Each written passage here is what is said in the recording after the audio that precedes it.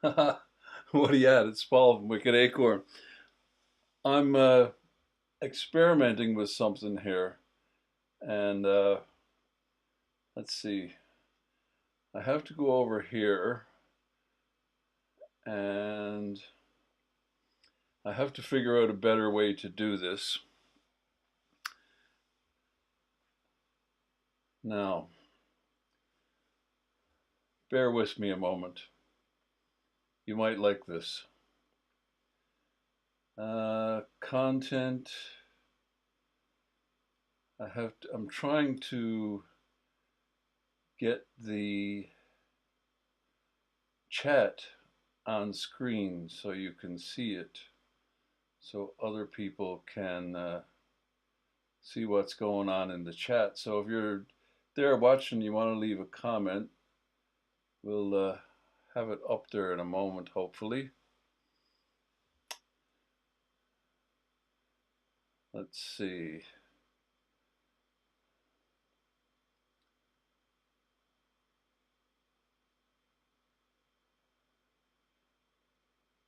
Oh, everything is so slow. Is this working over here? Am I on air? Pop out chat.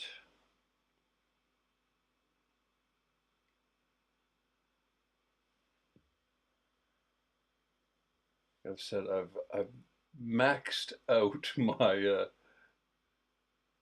computer here. Copy website address. Chat. So that's just me playing with the old chat there.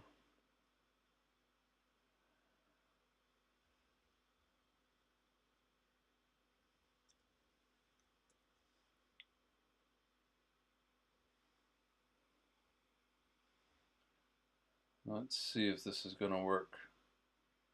Okay, there's the new chat.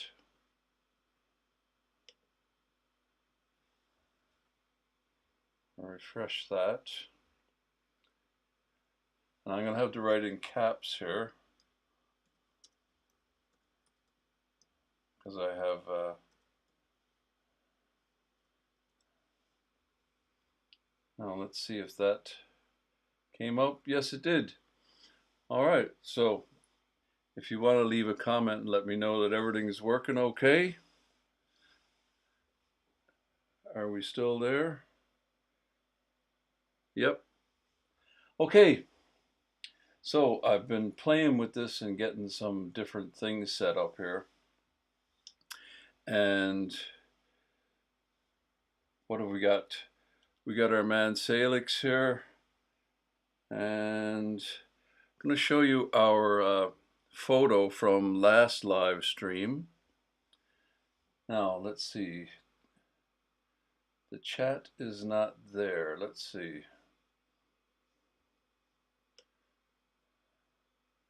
Okay, there we go.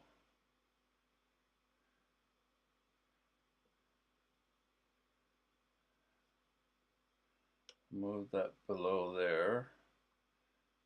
And squidge it out there a bit.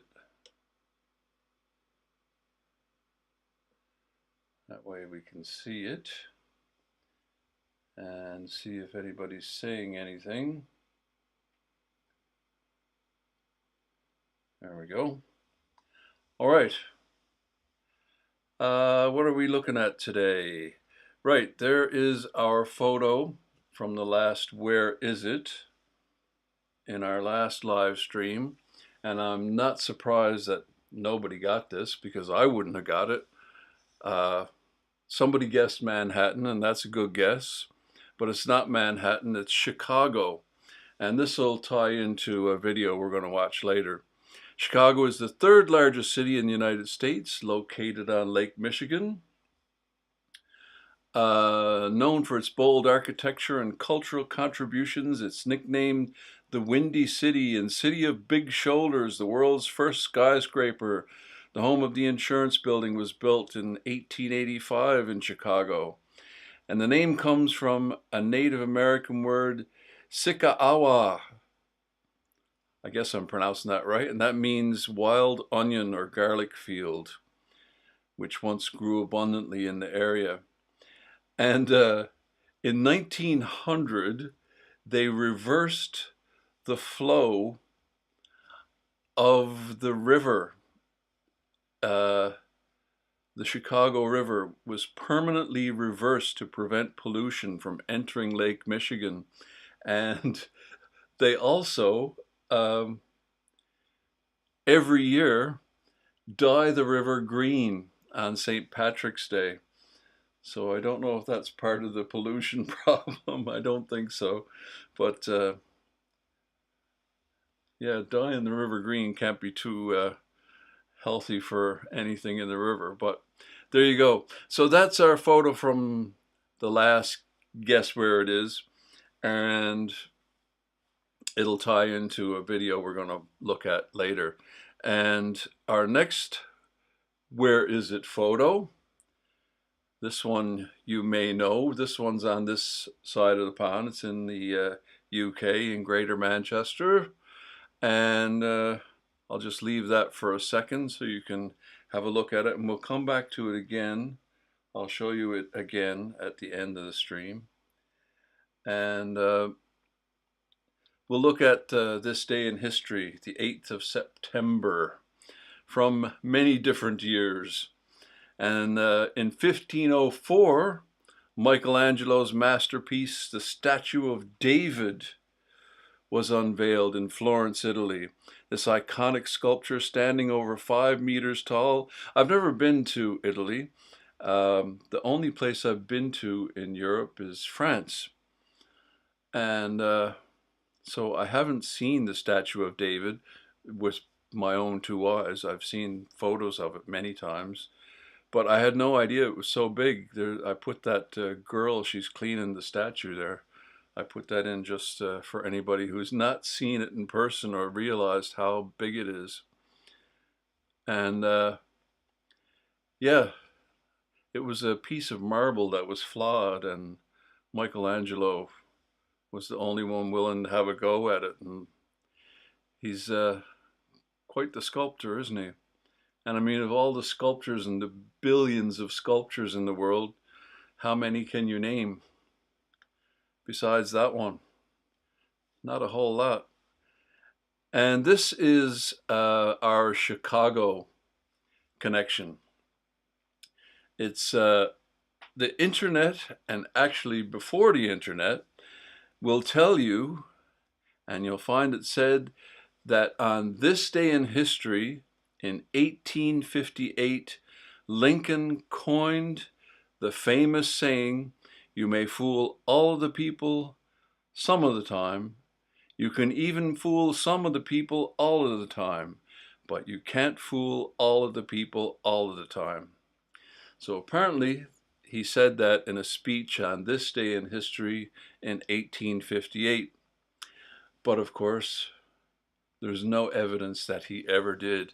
It was not spoken by Abraham Lincoln in 1858. Speed is actually a later adaptation of an older proverb and was often used in advertising after Lincoln's time, with some politicians quoting it as well. While Lincoln was a powerful orator, the exact phrase is not found in any of his known speeches or writings. And the phrase is a variation of an earlier proverb, possibly attributed to John Lydgate, about pleasing people. The well-known version gained popularity much later, especially in advertising campaigns in the late 19th and 20th centuries. And I found a few photos of them. I should have put them in. There were several dentistry ones with that phrase as their advertising slogans. In 1858, Lincoln did deliver a speech in Chicago on this day in history, but it was the House divided against itself speech at the state capitol. Oh no, it was in the state capitol in Springfield, which was a major address accepting his nomination for the U.S. state The House Divided speech focused on the issue of slavery and its impact on the nation's unity, not on the idea of fooling people. So that was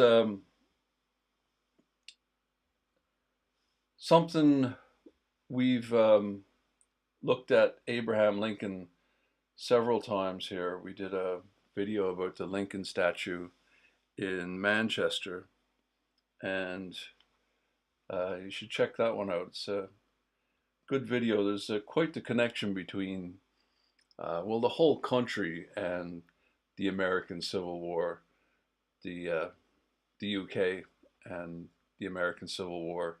But Lancashire and Greater Manchester were really, really hit hard by the American Civil War with the Cotton Famine. And that's why there's a statue of Abraham Lincoln in Lincoln Square in Manchester. And yeah, the city backed Lincoln in the Cotton Famine. His support gave him support for the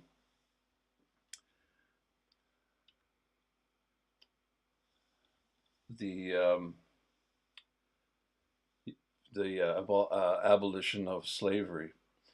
So this is not the video we want to watch. It's this one here. And this is a test again of watching our other people's YouTube videos. And I really got to stay on the pause button here so I don't get a copyright claim if a commercial or an advert comes on. It's ridiculous, but that's all we can do. So I have to mute my microphone so it doesn't feed back through, and he survived tragedy and depression to become America's greatest ever president. He had the courage to destroy slavery, but it took a civil war and the loss of 600,000 lives.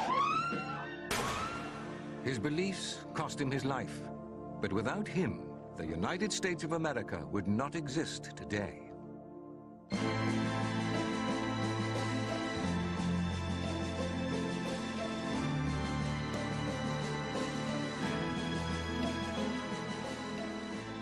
Abraham Lincoln, America's moral hero.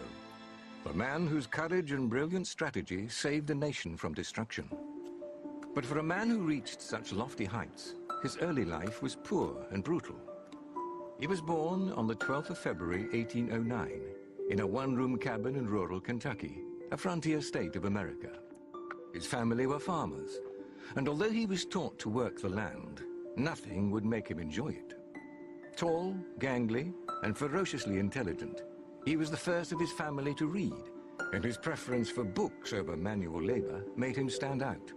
Even as a child, Abraham Lincoln was different to his friends. The young There we go. I have to I have to be ready on that pause button because this will get a copyright claim if there's any music or anything in it. So I'll just have to mute the old video there. And so yeah, you guys can't hear it. And skip ahead. This is ridiculous. I watched a video last night. David Bennett, I think his name is. He does music, analyzing music videos, and he was on about it's become a mission of a lot of these music YouTubers, because they get hit really hard. Because if you're teaching someone how to play an instrument or teaching people about music theory or something, you can't do it without playing music. And it's again, don't want to go into it, but we'll try and keep on top of the adverts there. So where were we? Even as a child, Abraham Lincoln was different to his friends. The young Lincoln was a child of endless curiosity. He loved to hear people give well-crafted, well-delivered speeches. He would often go to places where such speeches were being made. He'd memorize parts of them, come back and give those speeches to his playmates. It was in Lincoln's nature to embrace new experiences. And when he was 19, he grabbed the opportunity to travel 1,200 miles down the Mississippi River. It was a journey that would change his outlook on life forever. He was confronted by the realities of slavery. What he did see in New Orleans was probably the most horrific aspect of slavery, and that was the destruction of slave families at auction, the selling of slaves, and the use of slaves literally as pieces of commerce. Lincoln, too, had felt like a slave, having been forced to pay all his wages to his father until he was 21. But when he returned to the North, Lincoln left the family home, striking out. Hello to 1, 2, 3, 4 and Asterix. Welcome aboard, and I'm glad you brought a note, Asterix. The most exciting town of its day, New Salem, Illinois. Here, he would be his own man. When he came to New Salem, that was a deliberate choice on his part to turn his back on the world of farming, the agrarian lifestyle that was being so romanticized in the 19th century. And coming to New Salem was really a deliberate choice to plunge himself into the world of 19th century commerce, capitalism, the Industrial Revolution, and everything like that. Lincoln's passion for reading continued into his adult life. Studying the great writers of the day, his ideas about fairness were becoming increasingly developed. America was changing, expanding day by day, and Lincoln wanted to be part of it. By 1837, he had studied enough to pass the bar examination. He had decided to become a lawyer. It also plunged him into the world of politics. And politics he loved even more than law. It might be said, I think, with some truth, that for him law was a means to politics, and his practice as a lawyer was always bound up with his political ambitions. In New Salem, he met a woman called Anne Rutledge, and a romance quickly blossomed. But Lincoln's life took a tragic turn when Anne died of a fever, aged only 22. Her death plunged Lincoln into a deep depression that recurred throughout his life. But hard work overcame these black spells. He had become a successful local politician, and the ambitious young Lincoln was proving difficult to ignore. He might look awkward, he might look ill-dressed, he might sound uncouth, but once Lincoln began to speak, the power of his logic explaining issues, his capacity to reach out and touch the common man with his immense fund of stories and illustrations, these were things that marked him right away to those who met him as a young man of extraordinary promise and talent. Lincoln quickly established himself as a charismatic speaker and talented politician. Increasingly ambitious, he decided to move again. Leaving New Salem, he went to live in Springfield, the state capital of Illinois. There he met and married a wealthy and well-connected young woman called Mary Ann Todd. Her family was well-established, well-to-do, slave-holding family. She took a little grief from her friends and some of her relatives about being involved with Abraham Lincoln, this kind of rough, admittedly interesting and attractive and funny young man, but certainly not her social equal. Lincoln moved. I looked for a couple of quotes of Lincoln's, and not a very attractive man, is he? And one of his quotes is, I am not two-faced. If I was, do you think I would wear this one? That's one of his great quotes. There are a couple of others. He wasn't really a one-liner kind of guy, but there were some good quotes of his. I don't like that man. I must get to know him better. When you reach the end of your rope, tie a knot and hang on. If I were two-faced, would I be wearing this one? I believe it can be sustained because it does not increase the tax upon the many poor, but upon the wealthy few. Yeah, so they're not really, there's a couple of one-liners there, quotable quotes, but not not really his thing. He was a speechwriter, and that was his thing. So yeah, 7 years ago. He was a pretty interesting guy. He was pretty amazing, and I don't know if he was a Quaker, but Quakers were heavily involved in the abolition of slavery.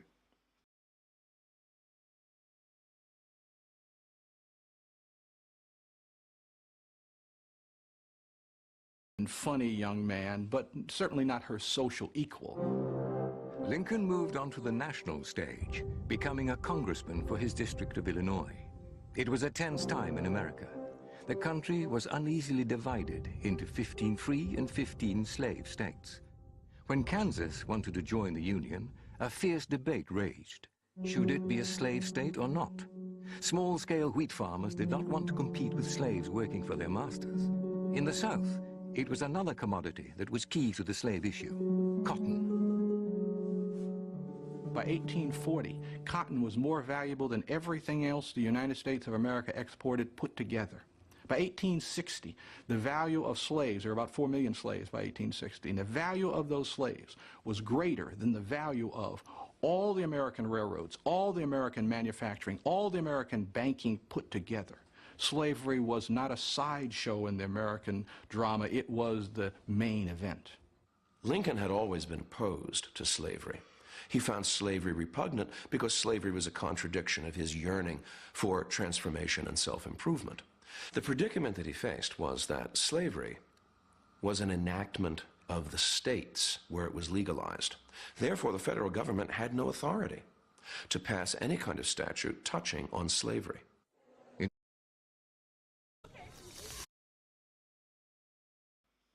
There we go again.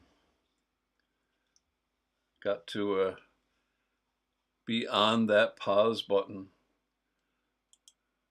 So that's not playing? No. Okay, good.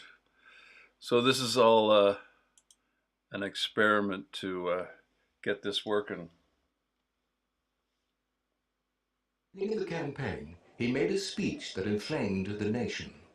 In my opinion, it will not cease. The United States was a house, but a house divided by slavery. A house divided against itself cannot stand. To survive, it would have to be either all free or all slave. Be dissolved. I do not expect the house to fall. Abraham Lincoln had unintentionally raised the specter of civil war. It will become all one thing or all the other. Lincoln lost the election to the Senate. His opponent in the race, Stephen A. Douglas, had painted him as an abolitionist, recklessly determined to stamp out slavery. But the high-profile Douglas had unwittingly helped Lincoln gain national prominence.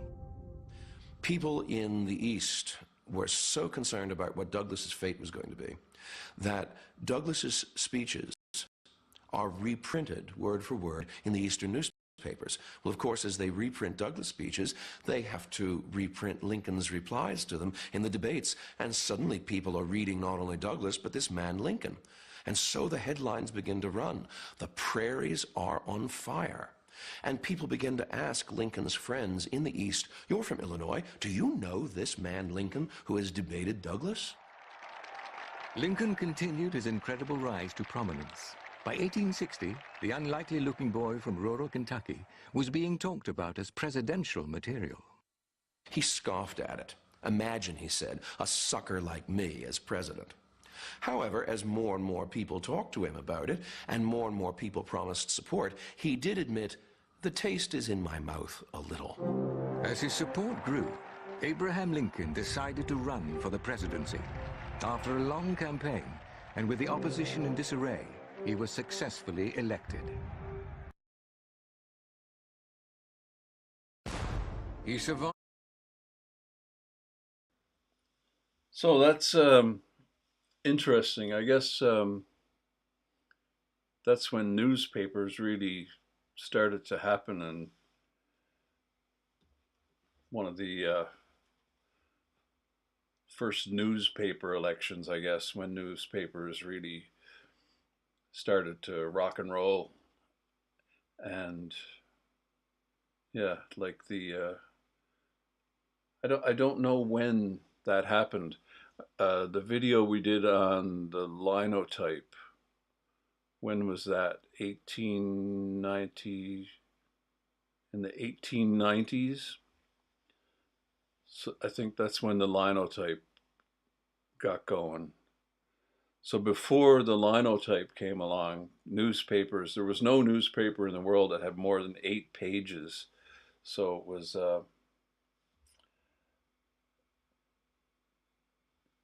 that's when, it's getting there. Yeah, it's starting to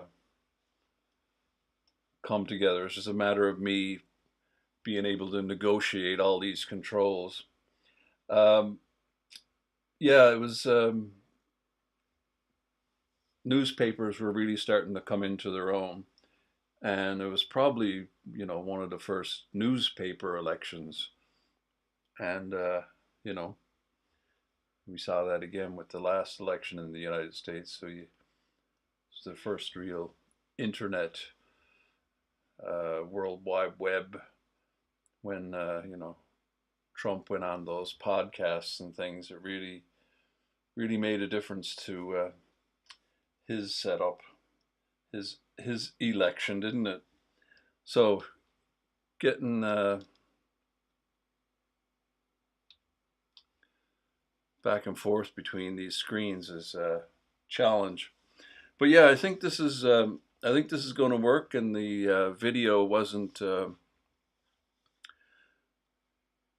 going out of sync with the audio. It didn't seem to be. And how is that, the chat there? Is that legible? Can you read it at that size? Is that going to work at that size? Can you guys read that?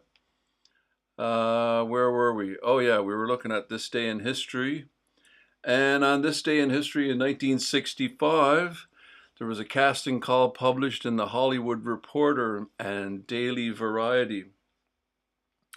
And it sought members for the Monkees TV show concept. From 437 applicants, Davy Jones, Mickey Dolenz, Michael Nesmith, and Peter Tork were chosen to form the manufactured boy band that would star in the sitcom The Monkees. Jones was already cast, while the other 3 were selected from the auditions. I was looking at, what's her name? I'm not big on Coronation Street.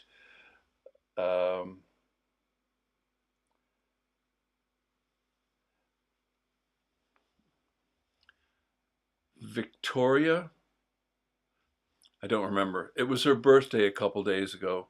The old battle axe character, the old Biddy character. Can't remember her name. Anyway, it was her birthday the other day, and when I was looking at that, a clip of Davy Jones. Davy Jones is, where is he from? Somewhere around here, somewhere in Greater Manchester.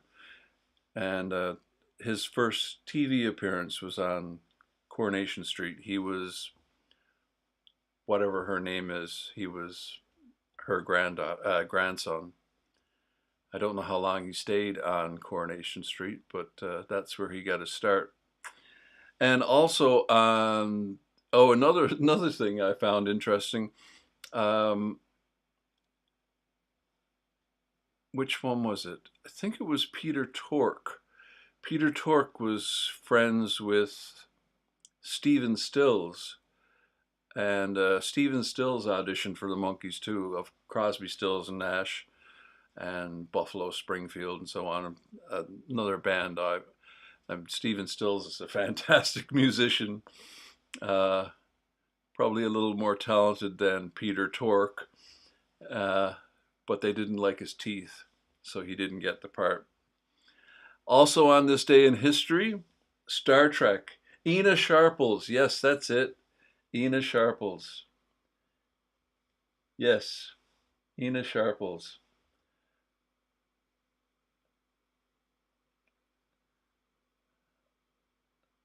Got to do something about this chat. Yeah, he first appeared on Coronation Street. And Star Trek aired on this day in history in 1966. And their 5-year mission only lasted 3 years. It was first broadcast on September 6, 1966 in Canada on the CTV network. And in the States, wonder why that is. I never noticed that. I just copied and pasted that in here. Why did it start 2 days earlier in Canada? Anyway, it ran for 3 seasons and 79 episodes. And coincidentally, a show that I know of, but I never saw, is the animated TV series that started this day in history in 1973. I never did see it. I've seen it since YouTube and all that, but I didn't see it back in the day. And I would have been the perfect age for watching such a thing. But no, I didn't see that until many years later. And also on this day in history, 2022, the Queen died, longest reigning monarch. And yeah, that was this day in history in 2022. And I keep pointing out to you these Newfoundland connections. The first stamp she ever appeared on was a Newfoundland stamp when she was a very young girl, Princess Elizabeth, as you can see there. Also on this day in history, we got some birthdays. We got Richard Lionheart. It's Richard Lionheart's birthday today.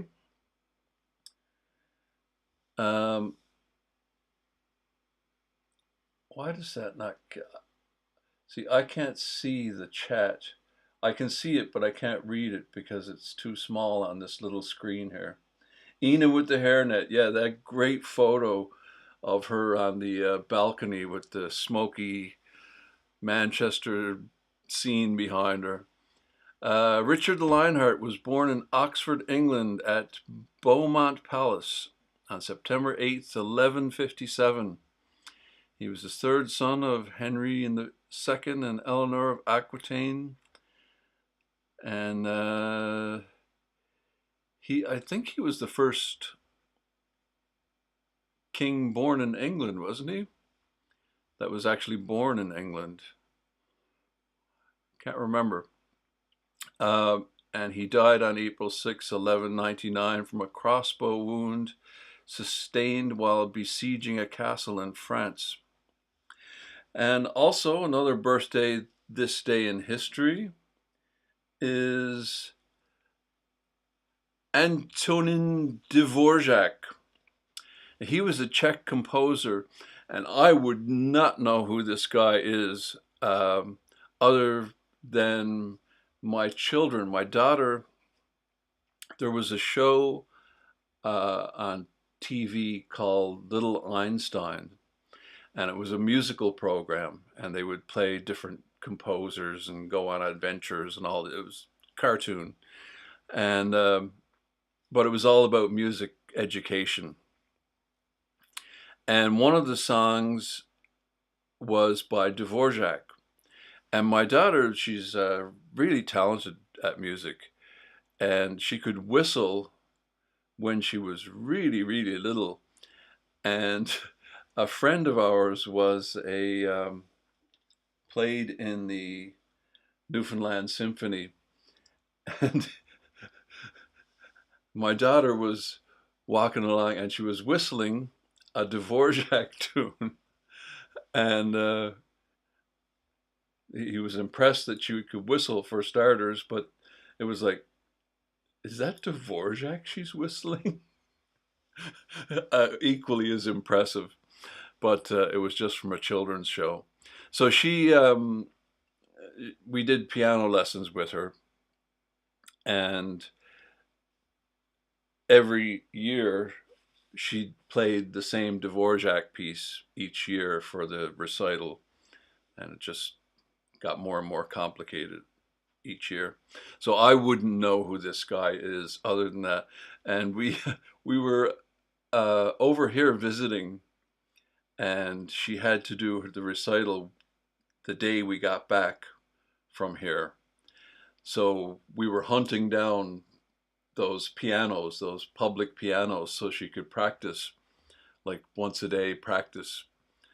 And I can't remember where we were, some train station somewhere. And she's playing this Dvorak tune. And this guy, no, it was a girl. This girl comes along. She goes, "It's Dvorak, yes? Yes, it's Czech. Czech. I am Czech." I don't know if I'm doing the accent right. Anyway, I wouldn't know who this guy is, but he's like the Czech composer. And yeah, I wouldn't know who this guy is. Anyway, that's why I know who this guy is. And also on this day in history, Peter Sellers. He was born on September 8th, 1925. And we all know Peter Sellers from The Goon Show and The Pink Panther, and I like Chauncey the Gardener.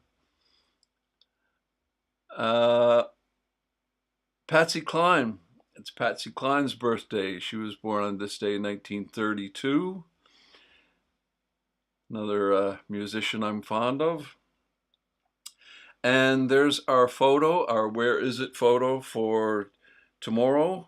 If you can figure out where that place is, just leave it there for a moment. And I will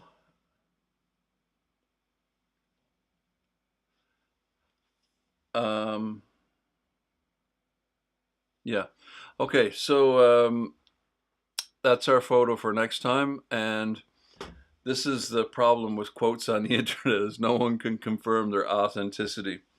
So I wanted to, I'm going to play a little bit of this video we did on a related topic of who owned it, who said that quote.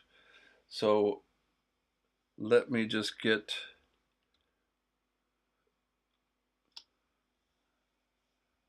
this other video. We'll let this play. This was a video I did a while ago about history is written by the victor. Let's have a listen. I wanted to use the phrase, history is written by the victors, in my new video. It was just as a bit of a joke. It'll make sense when you see the video. I'll put a clip at the end. But it got me wondering, who first muttered this pessimistic pearl of wisdom? You'd think the answer would be easy to find. And it is. It was Winston Churchill. That is, if you stop at the first result on Google. If there's one thing that history teaches us, is that you can't trust history. When I dug a little deeper, I realized there's no solid evidence that Churchill ever used that exact phrase. He playfully suggested in a speech to the House of Commons in 1948, "It will be found much better by all parties to leave the past to history, especially as I propose to write that history myself." It's cheeky, but it's not quite the same phrase. Churchill is one of history's most recognizable victors, which might explain why some sources pin the phrase on him. After all, it makes for a snappy Pinterest macro and a go-to zinger for WWE wrestlers on Twitter. He loved a good historical quip and was known for his wit, but the phrase as we know it today can't be directly attributed to him. The Churchill connection seems a bit tenuous. Ironically, he may have heard a much closer version during the Nuremberg trials. Hermann Goering, that top-ranking, best-dressed Nazi at Satan's costume party, made a statement that closely mirrors the phrase. The victor will always be the judge, and the vanquished the accused. It's chilling It's bleak, and it's not exactly the kind of sentiment you'd embroider on a pillow, but it appears that the saying predates both Churchill and Goring. But they aren't the only ones who get the credit. You'll find all kinds of memes and quotes with various people credited with the phrase. As you can see, there's a lot of confusion about who actually said it, and this uncertainty makes sense when you consider the sentiment itself. The idea that the winners shape how history is told. With such a powerful and enduring concept, it's no surprise that many different people are credited with saying it. Even Dick Gregory, the American comedian and civil rights activist, offered a pointed critique of how narratives can be skewed. He noted that when the cavalry wins, it's considered a great victory, but when the Native American wins, it's labeled a massacre. It highlights the bias that can creep into historical accounts, depending on who tells the story. And I do like Norm Macdonald's take. It says here in this history book that luckily the good guys have won every single time. What are the odds? This sentiment that the victors shape history is not new, and it can be traced back through different cultures and eras. The phrase seems to have popped up in various forms across different languages throughout the centuries. Napoleon Bonaparte is sometimes attributed with the quote. There's no record of him saying it, but he had an equally pessimistic view. He said, "History is a series of lies on which we are in agreement." George Orwell's 1984 paints a chilling picture of how those in power can manipulate history. He wrote, "Who controls the past controls the future. Who controls the present controls the past." This notion serves as a stark reminder of the dangers of rewriting history to maintain control over society. Missouri Senator George Graham Vest, former congressman for the Confederacy, best known for his closing arguments for the trial in which he defended a dog named Old Drum, said in an 1891 speech, "In all revolutions, the vanquished are the ones who are guilty of treason, even by the historians, for history is written by the victors and framed according to the prejudices and bias existing on their side." But he would say that, wouldn't he? An 1889 biography of a survivor of the 1746 Battle of Culloden said no one will ever know how many members of his clan died on the battlefield, because it is the victor who writes the history and counts the dead. A history of the Duchy of Milan written in 1852 says something like, "The history of these events was written by the victors." It goes on to warn us that there is a need for great caution when reading the verdict of history written with the sword. An 1842 account of French history seems to be the oldest, closest representation of the quote. It says that Maximilien Robespierre, leader of the French Revolution, known for keeping his head, until the end that is, before he was led to the guillotine, he uttered this phrase, which translates to something like, "The history is right, perhaps, but let us not forget, it was written by the victors." The true origins of the phrase are a bit of a wild goose chase through the archives. It's a saying that has evolved across cultures and languages over the centuries. Perhaps the earliest expression of the sentiment, "history is written by the victors," comes from Plato, the ancient Greek philosopher, around 400 BC. There's no one-liner to it, but he seems to be the origin, or at least the first to express the concept of noble lies, myths and falsehoods used by rulers to maintain order and achieve their goals. But I wouldn't know. Everything Plato said is all Greek to me. Now here's that clip I promised you. Don't forget to do all those YouTube things. You know, like, subscribe, leave a comment, hit the bell thingy, and visit our website, wickedacorn.com. So I don't know if you can hear me over. I lowered the volume on. That's a video we did for the London to Manchester air race, and I just wanted to say, history is written by the victor, and that's it. That's our video. what got my curiosity going. Where did that? Who came up with that phrase? Who said that? And that was the inspiration for that video. And yeah, there's so many of these quotes that are attributed. Churchill gets the credit for a lot of things he didn't say. I guess, or discredit for some of the things he said. Significantly cheaper for me to fly to Manchester and back. I have to be careful here. I thought that was a commercial coming on. That speaks volumes. Anyway, that was great. Thank you so much, everybody, for showing up and commenting and sticking in there. It's getting there. I think we just about got it. Everything seems to be working pretty good. I can't, I'm monitoring all the tech, and it seems to be working okay.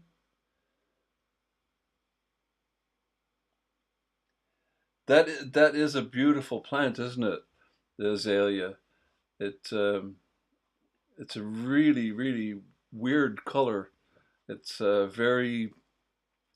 It reminds me of Mexico. It's a very Mexico color. Yeah, beautiful plant. Yeah, it's a very strange color, isn't it? Yeah, so we're starting to get the tech ironed out here, and so I think that's a nice little addition, adding the chat there, so people afterwards, like after this live stream, it just becomes a video.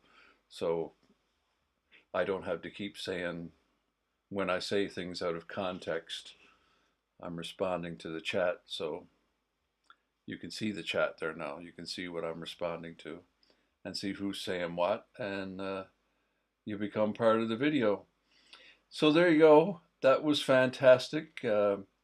Thanks everybody for joining in. Oh, now here's a little problem.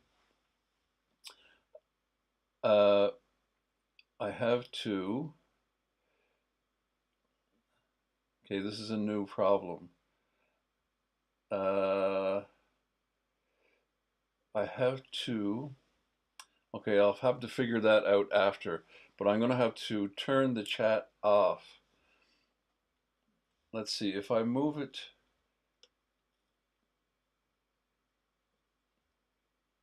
No, I don't have to turn it off. If I just move it down below the outro movie, I think that'll do it. I think that will, yes, I think that should do it. All right, thank you very much for joining in, and we'll see you in the next one.